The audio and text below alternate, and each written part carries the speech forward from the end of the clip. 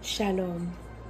Un jour, il y a un groupe de frères et sœurs en Christ, donc de frères et sœurs chrétiens, qui me disaient, on doit vraiment profiter au maximum de tout ce que nous avons à l'église, donc des personnes qui sont riches, et on doit s'appuyer sur le fait que nous sommes frères et sœurs en Christ pour profiter de ces business-là.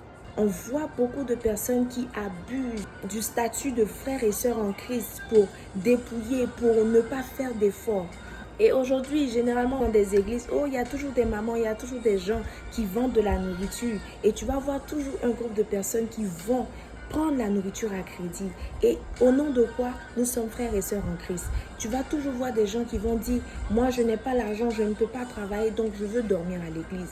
Ils vont abuser, ils vont rester à l'église pendant des années sans avoir d'objectif, sans avoir de vision, sans pour autant chercher à avoir du travail, chercher à se stabiliser.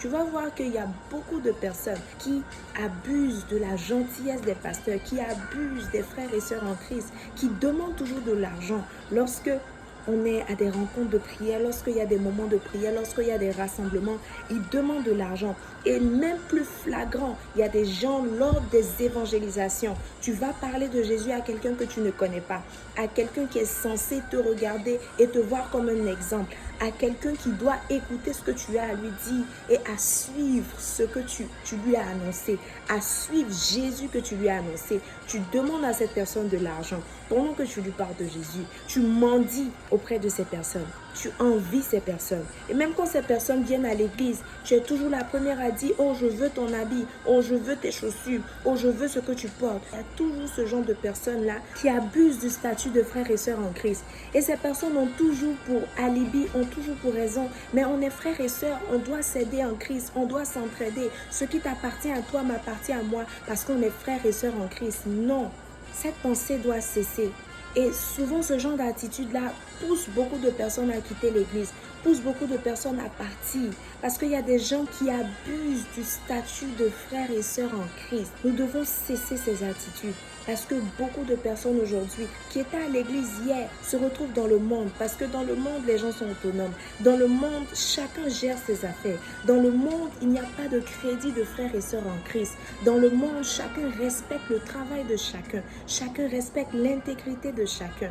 Ce n'est pas parce que tu es mon frère ou tu es ma sœur en Christ que je dois t'accepter dans mon entreprise si tu n'as pas d'expérience, si tu n'as pas de diplôme, si tu n'es jamais allé à l'école. Ce n'est pas parce que tu es mon frère ou tu es ma sœur en Christ que je dois te donner tout ce que je vends sans que tu me donnes de l'argent, sans que tu me payes mon dû.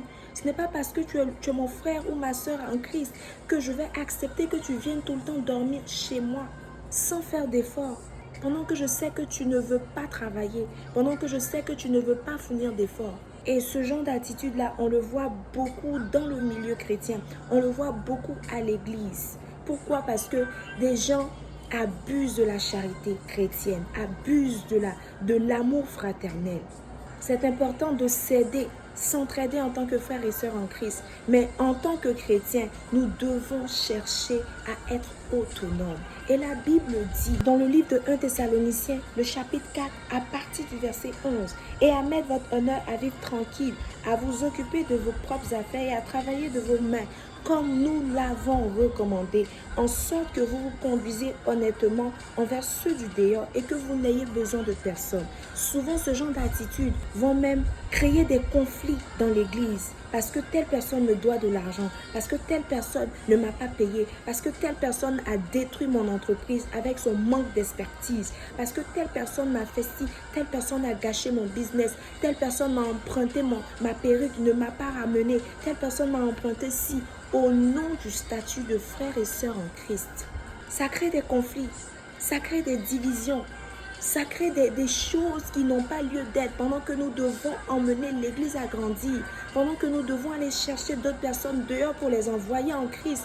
Nous nous battons, nous mettons en conflit pour des choses qui n'ont pas de sens, pour des choses futiles, pour l'abus de l'amour fraternel, pour l'abus de la charité fraternelle entre frères et sœurs en Christ.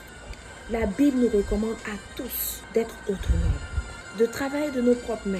On peut demander à nos frères et sœurs en Christ. On peut bénéficier de l'amour fraternel. L'Église peut nous aider. L'Église aide. Mais nous ne devons pas abuser de ses frères et sœurs en Christ. Nous ne devons pas abuser des ressources de l'Église. Nous ne devons pas abuser de ces nouvelles brebis qui viennent en Christ. De sorte à dépendre seulement de nous-mêmes et de Dieu et de bénéficier seulement de l'entraide entre frères et sœurs en Christ lorsque nécessaire. Que Dieu te bénisse.